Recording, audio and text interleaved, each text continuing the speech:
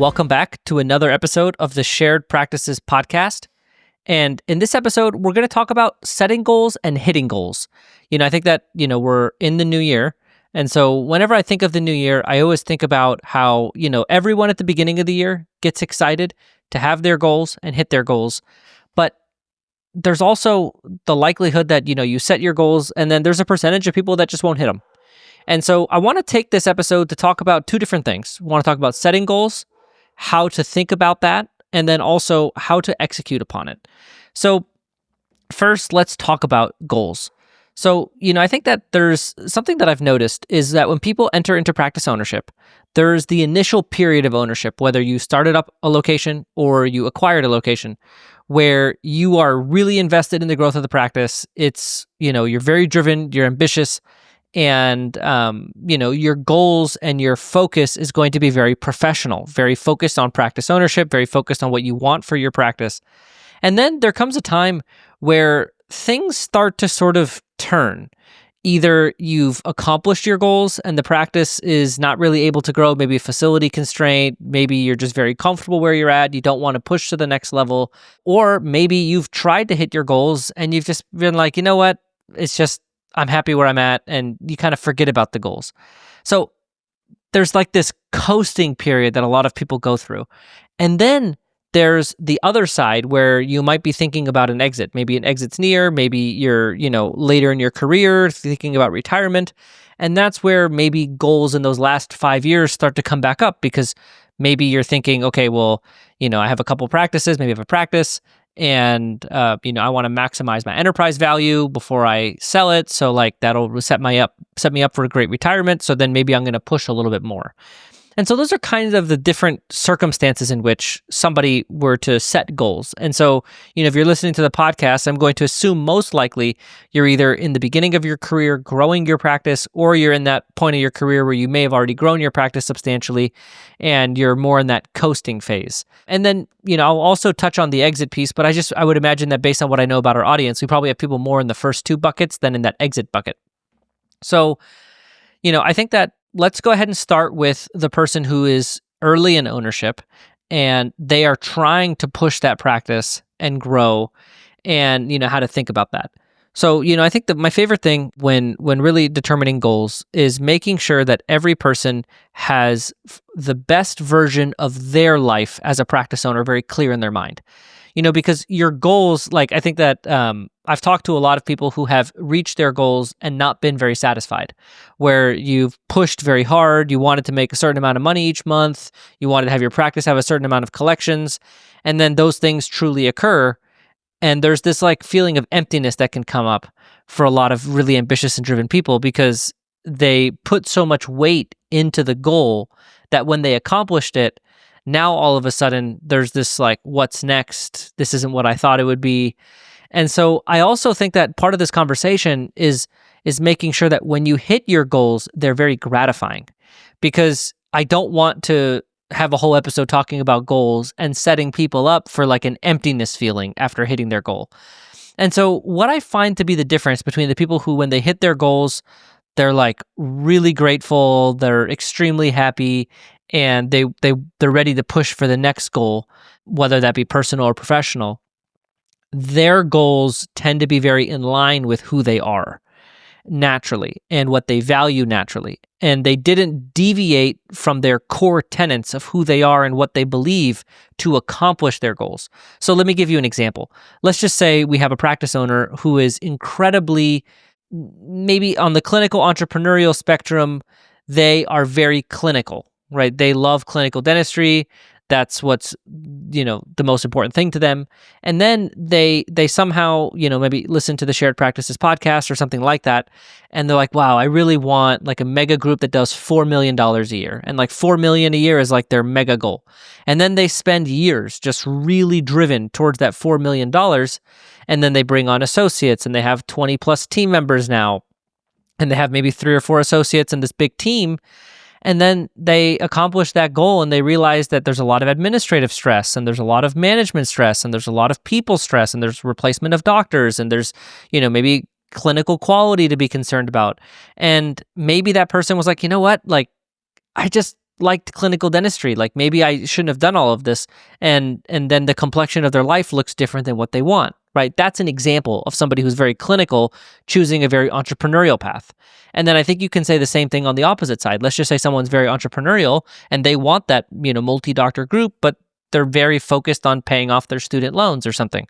So then they're going to take a very income-focused solo practice route where they're the solo practitioner, they're doing a bunch of dentistry, they're very clinical, they're very profitable, they're paying off their loans, but like when it's all said and done, they've paid off their loans, that big goal is accomplished. Now their schedule and their makeup of their day-to-day life isn't in line with who they are. It's very clinical and they're very entrepreneurial.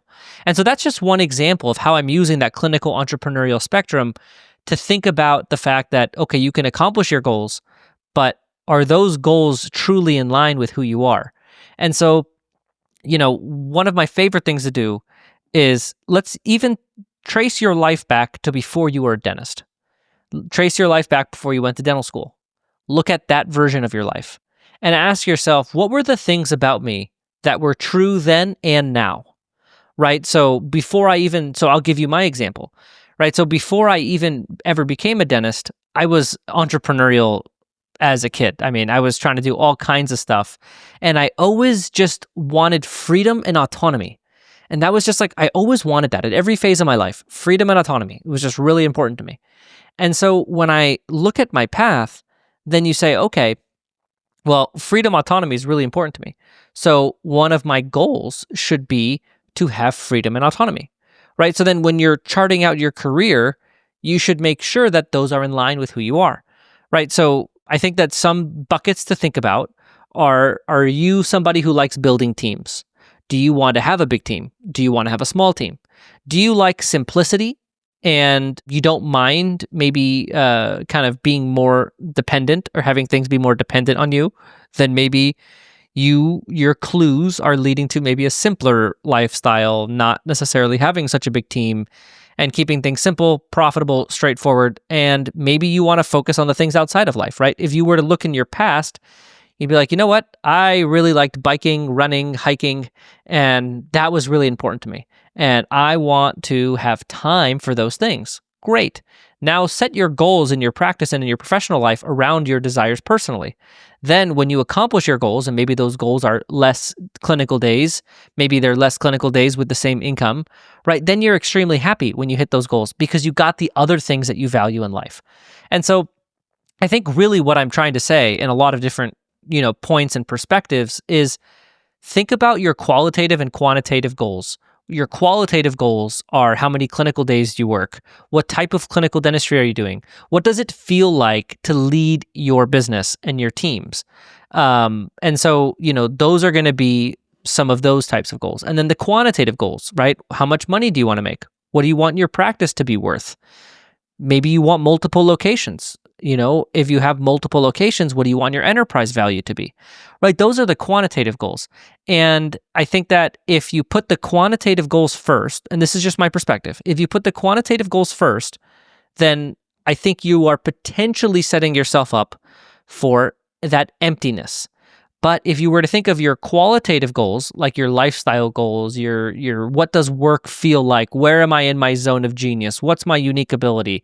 Like putting all of the things that bring out the best version of you, both personally and professionally, the best version of your personal life, the best version of your professional life, those are your qualitative goals, right? Put that like in a Venn diagram with your quantitative goals, and where they overlap is where you should set your sights, so that when you accomplish those goals, personally and qualitatively, the way that your life looks, because what's going to happen is when you accomplish your goals, you're going to take a step back and you're like, I just climbed this massive mountain.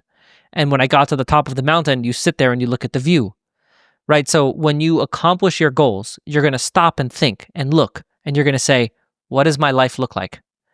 And you want in that moment for your life to look like the best version that represents who you are, that's in line with where you are, where you're loving what you're doing, where you're getting energy going to work, right? Those are the things that are going to make that moment really gratifying. So I hope And, I'm talking to, lots of people on a podcast. So I'm trying to kind of be very large and diverse in the way that I'm communicating so that every person listening, with all the differences that make us different, feels like part of this kind of initial goal setting period resonated with them. And so the goal from this conversation is that you figure out, okay, my goals are this. And don't just say it so clearly. Take a minute, really be introspective and reflect on who you are, what you like, what you value, and make sure that your goals match that so that you are setting your sights on the best version that you are meant to live. And so then let's just say it's doubling a practice, or let's just say it's adding another location. Maybe it's adding an associate to my practice and cutting back my clinical days, right? So once you have kind of the big picture goal, then you've got to visualize in as much detail as possible the organization around you that makes that possible. So let's just say my goal is that I want to make $1 million a year, a 7-figure income, practicing clinically 3 days a week. Let's just say that's my goal. Great. So there's 2 ways I could do that in my mind.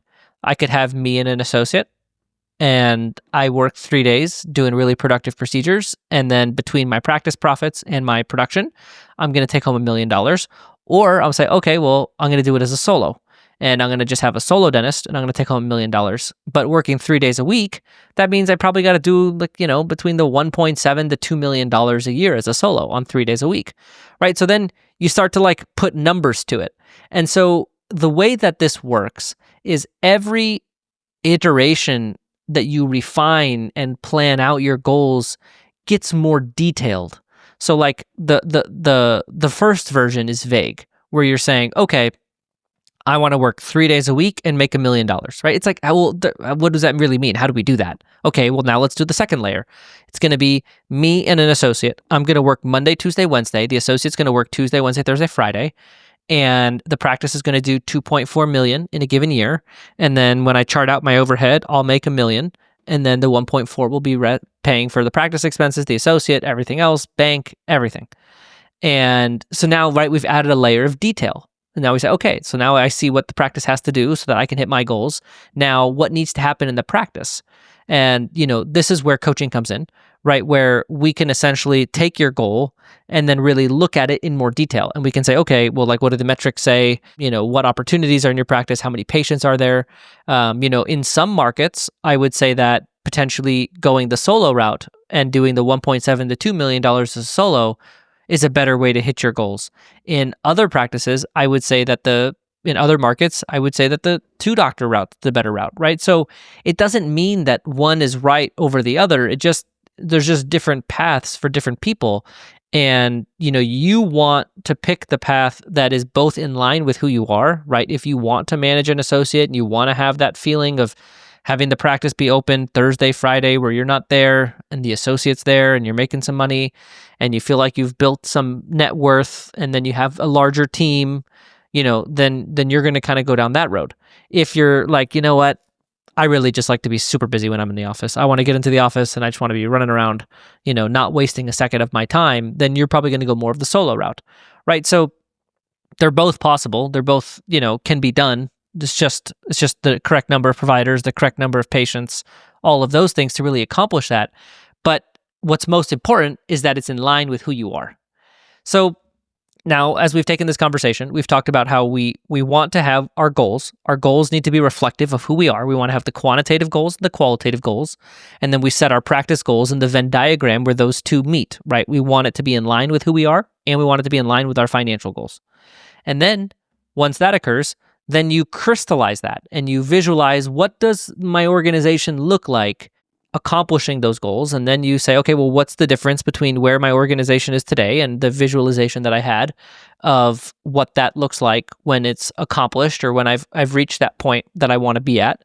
And then you really work your way back from that. And that's how you sort of dictate your next steps. And that's where coaching can be extremely helpful. And so now let me talk about some generalities now. Right. So it's just impossible, right? If we have thousands of people listening to this, that means there's thousands of different goals and thousands of different paths. There comes a point where I just can't be relatable to every particular person and I need to be more vague. And so I'm going to try to make that transition now where the thing that I think about when I think about goals and accomplishing goals is I think about having surface area of luck, right? Like you want to have like what's the difference between the people who accomplish their goals and don't accomplish their goals? I think there's a persistence to it, absolutely, right? The people who never give up and firmly believe that they will accomplish their goals every day that they're pursuing them will get there more likely than those who are like, it's a goal, I'm not super attached to it. I'm going to try, but like if it doesn't happen, I'm fine, I'm happy, I'm comfortable, right? Like that's the attitude of somebody who doesn't accomplish the goal, right? The person who's like, I know that this might not happen in 2 or 3 years, but like this will happen one day. I will make it happen. It is my dream and I want it to come true.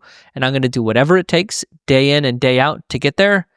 That's the attitude that it takes to really get to where you want to go. And so that attitude is going to be extremely important, that mindset and mentality that you have with your goals. Then the next thing is increasing your surface area, right? So your surface area is essentially the force that you're putting onto the world to make it happen. So let's start getting specific so that I can explain. So let's just say that we have chosen, right? Like the route that I'm going to discuss is the associate route, right? So let's just say I'm a practice owner listening to this and I have a $1.6 million practice. It's just me. I've got 2 hygienists. I have 7 operatories. And my goal is to take home $1 million working 3 days a week. And I want to have the ability to really enjoy my life while I'm doing that. Great. Okay, we're going to do that. So now we're going to break it down and we're going to say, okay, what's your bottleneck? Your bottleneck is going to be extremely important. And let's just say in this situation, my bottleneck is patience. I just don't have enough patience in my practice to have the proper number of hygienists and associate to get to where I want to go. Okay, so now I'm aware of my bottleneck. Now I need to be focused on my bottleneck. And the way that I focus on my bottleneck is through meetings and team leadership all around the bottleneck. So now I'm going to be meeting with my hygienists and we're going to be reappointing patients and we're going to be focusing on a reappointment rate. And I'm going to be working with my front office and we're going to be working on the phones and we're going to be working on bringing new patients in and our ability to handle objections over the phone to get patients to say yes. And then I'll be working with my assistants on our organization and our structure and also converting emergency treatment into hygiene. And so like everything that I'm doing with all the different departments in my practice is focused on my bottleneck, which is patient flow. So to accomplish your goals, you need to be aware of your bottleneck. Your bottleneck is the thing in the way of your goals. And in this situation, it's patient flow. So then I need to increase my surface area. It's not just me focused on it. It's my whole team focused on it. Everyone is doing something to address that bottleneck. That's going to be really important. So now you do that, you have an operating rhythm, you monitor with metrics, you have a routine, and you make sure with metrics, I'm gaining patients every month. Every month, my practice has more patients in it than the month prior. So then it's a matter of time before I overcome that bottleneck where we have enough patients to bring on more hygienists, another associate, and then I can cut back. And then, you're going to have a different bottleneck at some point where it's going to be like a treatment conversion bottleneck, right? So it's like always focusing on your bottleneck and having a meeting structure and a cadence of leadership within your office to make your team focused on your bottleneck too.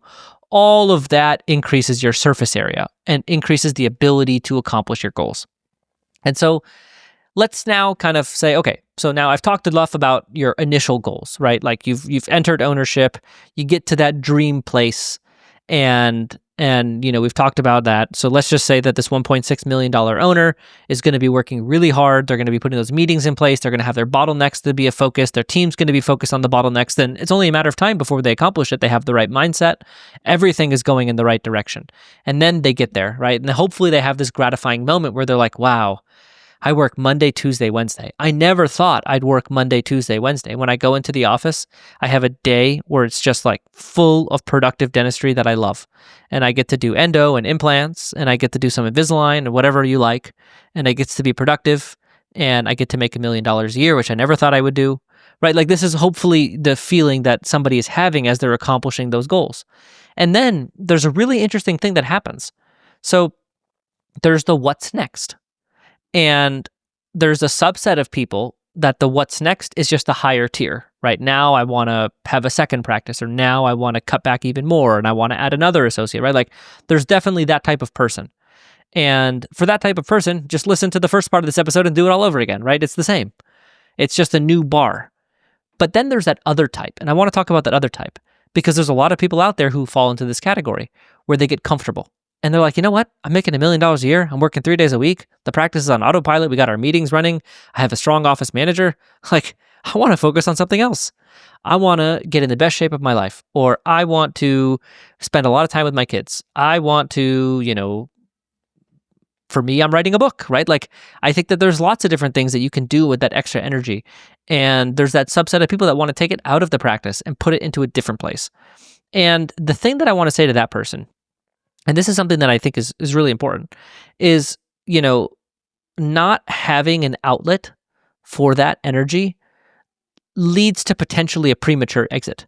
So like somebody who is, like doing this for a while, like, so what I'm trying to get at is when you get to a really good place where you're making money and you're enjoying what you're doing, sometimes the work is in staying there, because that is going to ultimately, like, if you think about your total net worth and you think about like, oh, if you're making 7 figures a year, it's about how many years can you make 7 figures a year. That's going to be a really important thing. So when you get to a really nice place where you're earning a high income and you're really happy with what you're doing and you're happy with the whole kind of configuration and you don't want to go to that next step, then the work is in making it as sustainable as possible. And so there's another set of goals about sustainability where it's, so like what makes things not sustainable? What makes things not sustainable are draining things, right? So if you were to write down a list and you were to do the A's, B's, and C's, this is a strategic coach idea, is where they say A is the activities where you're in your zone of genius, you love what you're doing, you never get sick of it, and actually when you do these activities, you get energy and momentum and like you're jazzed when you're doing these things. Like when you have that feeling, that is do more of it, right? And so imagine if you were working 3 days a week and most of what you were doing was what you would classify as A's. You go to work, you leave work more energized than you walked into work. And like you can do that for a long period of time. And then there's the B's. B's are the things that are neutral. Like, I don't mind it, and I also don't love it. Like it is what it is. And those just kind of let them be, so to speak. And the C's is where you really are going to want to focus. The C's are where you get drained, where you either get imbalanced, you get anxious, you just hate these problems. They're really annoying. And I have C's, right? Like, so there's certain things, every time I get a message of some type, it's like, oh gosh, I got that. Like, that's the thing I try to avoid. That's the thing I hate. And every time it comes up, I get annoyed and I get mad and I don't want to deal with it, right? That's C's. So the work is often identifying, like, what is the stuff I hate? What is the stuff that stresses me out? What's the stuff that makes me dread coming into work? What are those things? Write them all down and get solutions in place to get them off of your plate and off of your awareness. Frankly, that's the best way to do it, is just make it someone else's job. And, you think like, wow, that might be selfish, right? Like, let's just say upset patients and angry people are like your C's, right? And like, you love what you're doing, but when a patient has a bad experience and it gets to the point where they want a refund or you have to make it right, or they're really complaining and it's getting messy, they're threatening to take you to the board, like, that's where just like, I'm like, I can't do this. Like, I hate this. Like, this just bothers me at home. I can't be present with my kids, like it just really gets to me. Great. Let's handle that. Okay. So let's put down, let's say, okay, like what's required here? Well, the practice has a requirement to provide good customer service, to stand behind its work, to do all of these things. Okay. So let's put together a protocol or process and let's hand that process off to someone else. So then essentially you have your office manager, hopefully, just handle it. And it's like, here's the process and how to handle it. Handle it. Don't tell me about it. And then like once a year, you look at a report, maybe once a quarter, you look at a report, how much inpatient refunds? All right. It's a dollar amount. I look at it one time. It is what it is. It's cost of doing business. But like, I didn't hear every story. I didn't have to get close to it. I got to live my life, and I got to know that I still made $1 million and we gave patient refunds, right? Like, so it's all about putting those things in boxes and, empowering others to handle that. And, it's kind of funny is there are people who have strengths and they have A's, things that they love, where you have C's. And so like maybe there isn't the, like, frankly, I'm kind of one of those people that really do enjoy those confrontational type conversations where people are unhappy and like kind of helping them talk through that. But like maybe that's not something that everyone in your practice like loves, right? Maybe there's one person who finds it not intolerable, right? It's like a B for them. They can do it. It's not a big deal, right? Then they're doing it. It's not draining their energy. It's part of their job. And you are not doing it, and then it makes what you're doing more sustainable. And so, there's a whole nother set of goals where let's just say you're making the money you want to make. Let's just say that you are in a position where you like the number of days you're working, you like the amount of money you're making, but what you don't like is the experience day in and day out. Well, now you have a whole new set of goals. That means that the quantitative goals are being accomplished, but the qualitative goals have not yet been accomplished. And so then you need to focus on the qualitative goals. You say, okay, well, what's wrong? Is it the specific days of the week that I'm working? Is it the type of dentistry I'm doing? Is it the type of team members that I'm working with? Like, what is it that's not working, right? And try to get clear on it, and then try to put goals in place to make it work. Because, if we have two dentists and one of them, they didn't fall in line with, they wanted to make seven figures, right? So like, honestly, when I was in dental school, I didn't want to make seven figures. I didn't have that. I didn't have my sights so high. But I did want to be a super solo, right? Which a super solo is probably, or, we call it a smart solo now, but like, that's one of the most predictable ways to be a seven-figure earner in dentistry. And so I did that for like 3 or 4 months, and I actually hated it. I didn't care how much money I made. I just didn't like it. And so, like, let's just say that there's two people, and one is like, I want that way of making seven figures, and they do it. And they're like, every Monday through Thursday, they're at the office, and it just doesn't feel good. They don't like it. They dread work on Monday, right? They're not going to be able to sustain that for 10 to 15, 20 years. It's just going to eat them away. And there's going to come a point where they have enough money that they don't have to do it, and they're just going to stop. So like, you have one person whose goal was to earn seven figures. They found a way to earn seven figures, and then they earned it, but then like they couldn't sustain it because it was so draining that they did it for 3 to 5 years, and then they sold the practice and walked away. Then you have another person who followed this advice that I'm giving, was finding that cross section in the Venn diagram between qualitative and quantitative goals, and then accomplishes their goals, but they're doing it in a way that they love, and it gives them energy. Right? They're going to be able to put in 10 years just by coasting and, just like focusing on the other things in life, focusing on raising their kids, focusing on family, focusing on maybe, like for me, basketball is one of my outlets where like I just have like a little bit too much ambition and focus on basketball, but it's fun, and it kind of keeps me satisfied, and it allows me to channel that sort of drive in a place that is just fun and meaningless. And, but then like you can sustain what you're doing professionally a little longer when you're more comfortable. And so, that's another outlet, right? So then that person who maybe they love biking and they're doing ultra marathons or whatever, but they're like, the practice is like on autopilot, they could own it for 10 to 15 years.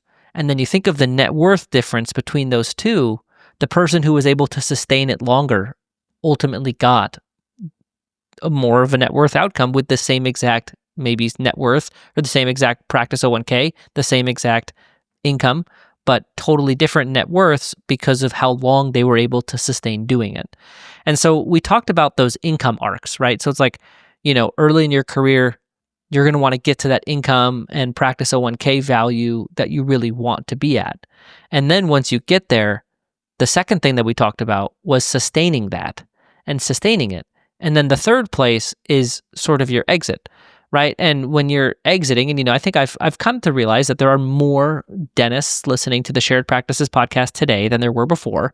And some of the newer, or different people that we've attracted to our audience are in this situation where they're in their last 5 years. And they're in the last kind of 5 to 10 years. And that's where you're thinking, okay, well, my practice 01k is a big part of my retirement. And what do I want that retirement to look like, right? And then there's the transition plan where it's like, okay, do I want to bring in a doctor early, sell 50% of the practice, grow the practice, have this partnership for a few years, then sell the other 50 to another doctor, come out. Now you sort of took 2 bites at the apple. So it's like now you're exit planning, or you're thinking about transitioning, and growth is a part of that as well. And so kind of the way that I think about it is that like growth for most people tends to be towards the beginning of their careers, and towards the end of their careers. And then the middle tends to be a lot of coasting. Because it's like, or obviously people can grow throughout their whole career, but then by the end, you're going to have a lot of locations or you're going to have a very big organization. Like if you have continuous growth for 20 plus years, like you're going to have something pretty substantial to show for at the end of it. And so I think that those are kind of the different ways I think about goals. And so I want to just recap this conversation and make sure that wherever you're at, you got what was here for you. So like, I think that there's really 3 different places where you could potentially be at in your career. Place number 1 is I'm not yet satisfied with my practice value or my income. That's place number 1. Place number 2 is I am satisfied with my practice value and my income.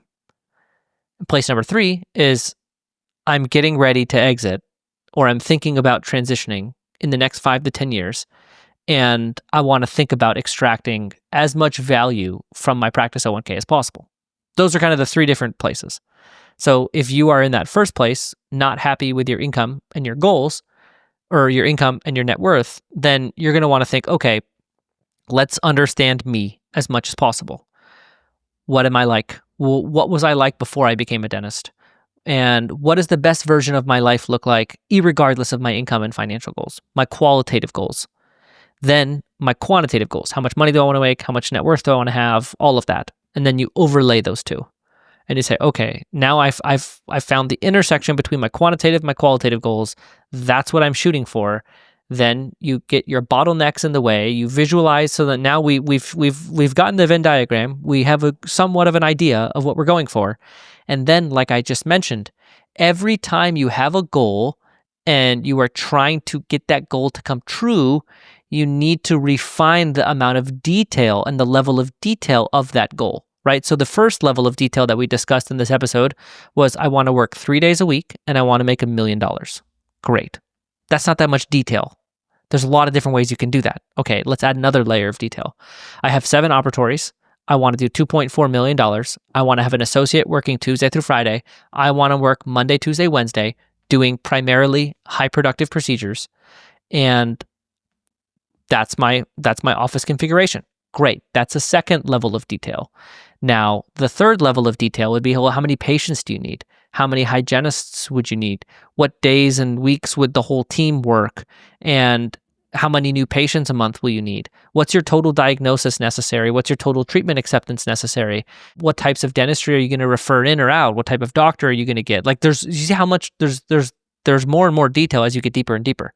And so it's really about visualizing it in as much detail as possible. So you want to be able to like really picture in very specific terms what your practice will look like when your goals are accomplished. And then we call that point B in our terminology of the precision growth pathways. So we have point B very perfectly identified. And then we look at where you are today. And then we look at the difference, right? So do you have enough patients? Like, how many patients do you need in point B? And how many patients do you have today? Okay, well, that's how many patients we need to add.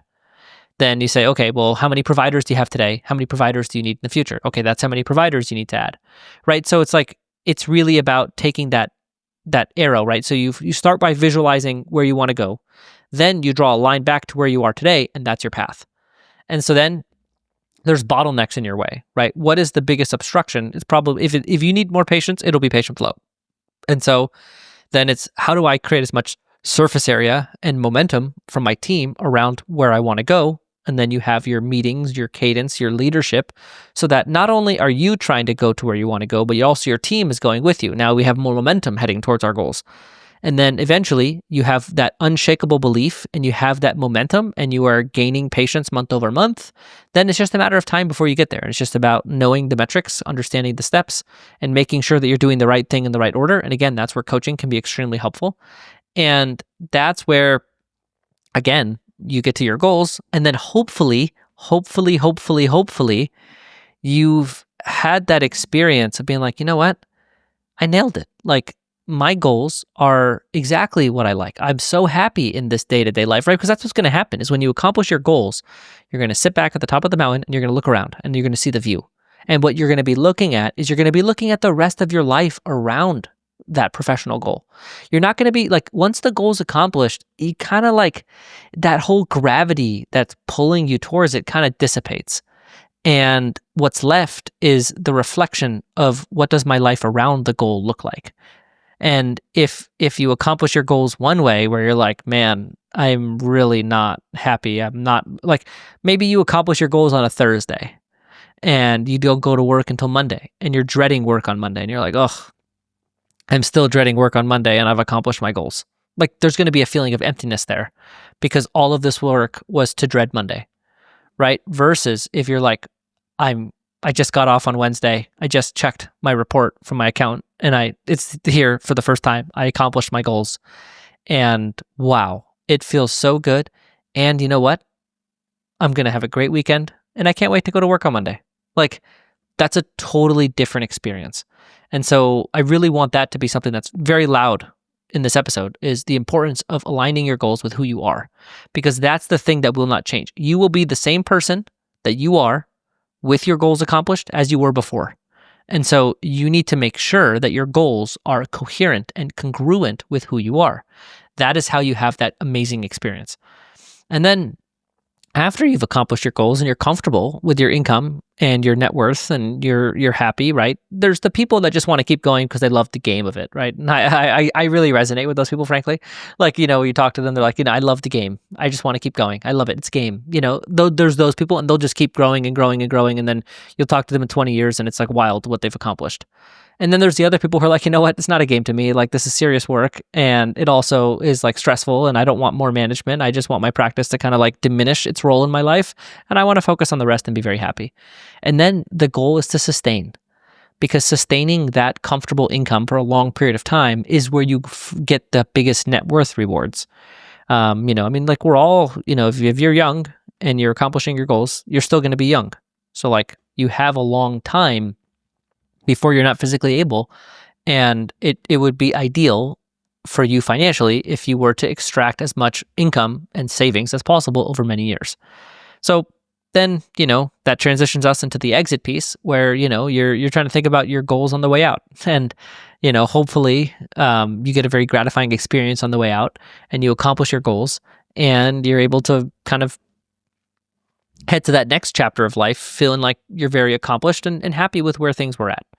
So, I think that's kind of what I have to say around this topic. And, some of the bigger things and the bigger themes I've tried to emphasize are around the fact that you need to make sure that your goals are congruent with who you are.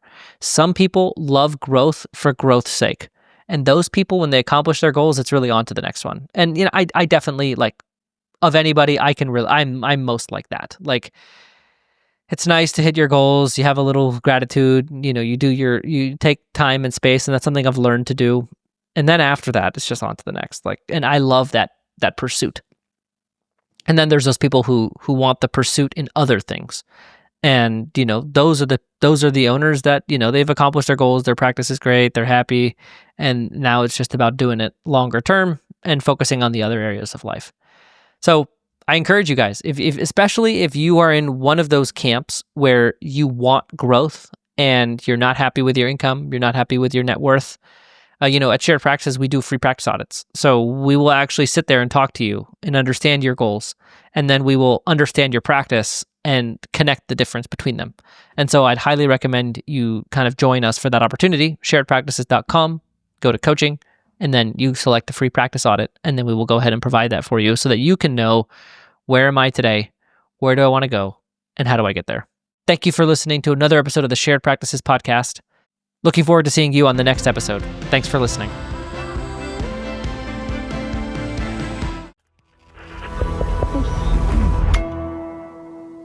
Resonate.